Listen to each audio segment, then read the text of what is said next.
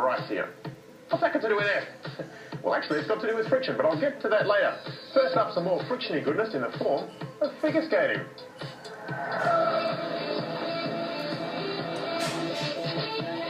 A double salcho, a cross flip spin, or a triple toe. These names might sound unusual, but they're just a few of the amazing moves figure skaters like us do every day. Hi, I'm James. And I'm India. Stick around as we skate through the science behind this precision sport.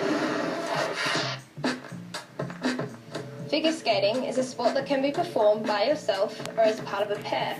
Skaters compete with routines full of difficult jumps and complicated spins in an effort to impress judges with their skill and accuracy. And it all happens here on an ice rink. Of course, you also need some skates, and figure skates have some extra special features.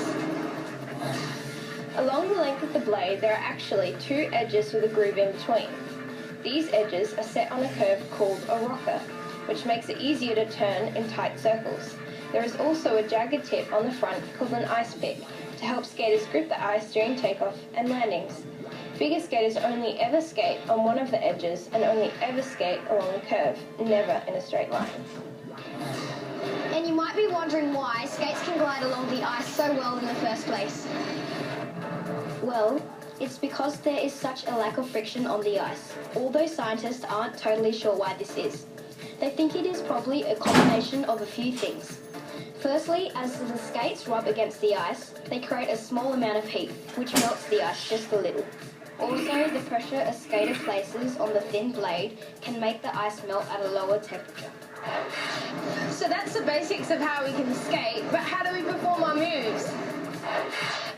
We start by taking advantage of Newton's third law of motion. Every action has an equal and opposite reaction. So, as we push against the ice, it pushes back, and we propel along the surface. As we do, we build up momentum. That's kind of like how fast and forcefully we are moving.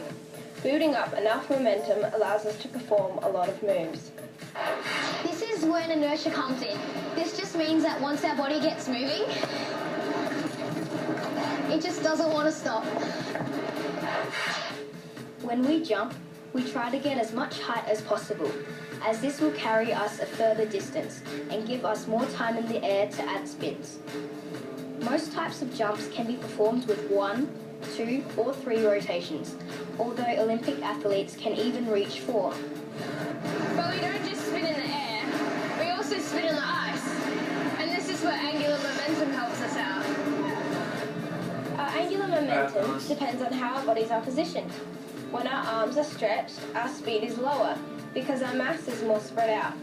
But when we tuck our arms in, our mass becomes much more concentrated, and our angular momentum lets us spin super fast. It's been heaps of fun telling you about the science behind figure skating, but we reckon it would even be more fun to show off for you.